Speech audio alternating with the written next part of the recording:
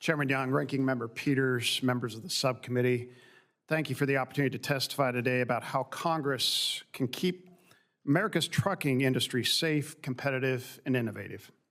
Trucking moves the vast majority of our nation's freight, connects manufacturers to markets, keeps store shelves stocked, and delivers essential goods to communities in every state. Our industry is already investing billions in technology to create a safer, more modern freight network.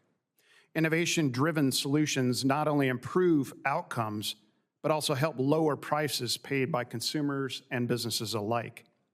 We need Congress's support to continue building a stronger supply chain. First, Congress should repeal the 12% federal excise tax on heavy-duty trucks, trailers, and tractors. The century-old tax punishes the purchase of the very vehicles that come with the latest technologies. Adding tens of thousands of dollars to the cost of new equipment discourages fleet turnover, keeps older equipment on the road longer. Congress has a ready solution in Chairman Young's Modern, Clean, and Safe Trucks Act, which would remove this outdated barrier and accelerate deployment of safer, cleaner, and more efficient equipment nationwide. Second, Congress should solidify the National Highway Traffic Safety Administration's role as the primary authority over motor vehicle safety standards. Trucking is a national industry, and vehicle standards must remain national as well.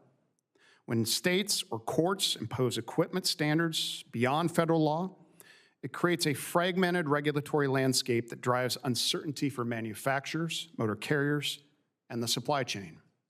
Congress should reaffirm that when NHTSA acts, federal standards take precedence. That clarity is essential if companies are going to invest confidently in new technologies and deploy them at scale. Third, Congress should establish and implement a federal framework for autonomous commercial vehicles. These systems hold real promise to enhance safety, improve productivity, and strengthen America's economic competitiveness, but only if deployment is governed by a clear national strategy. The Build America 250 Act would provide this guidance, preventing a patchwork of state rules from stifling innovation. Fourth, Congress should support technology upgrades and operational improvements at federal agencies to combat the rise of cargo theft and supply chain fraud. Criminal networks are exploiting outdated systems, weak identity controls, and fragmented reporting structures to steal freight, impersonate legitimate carriers, and undermine trust in the supply chain. Congress can help close those gaps by supporting agency modernization, stronger registration integrity, better data sharing, and advanced fraud detection tools. Chairman Young's Safer Transport Act would provide important tools to help DOT detect and deter fraud, while the Combating Organized Retail Crime Act would enhance and coordinate the response to organized supply chain crime. Fifth, Congress should continue promoting proven technologies while refraining from mandating technologies that have not yet matured or demonstrated effectiveness in real-world trucking operations. Congress and regulators should distinguish between rules that are ready for broad deployment and those that are still requiring development, testing, and refinement.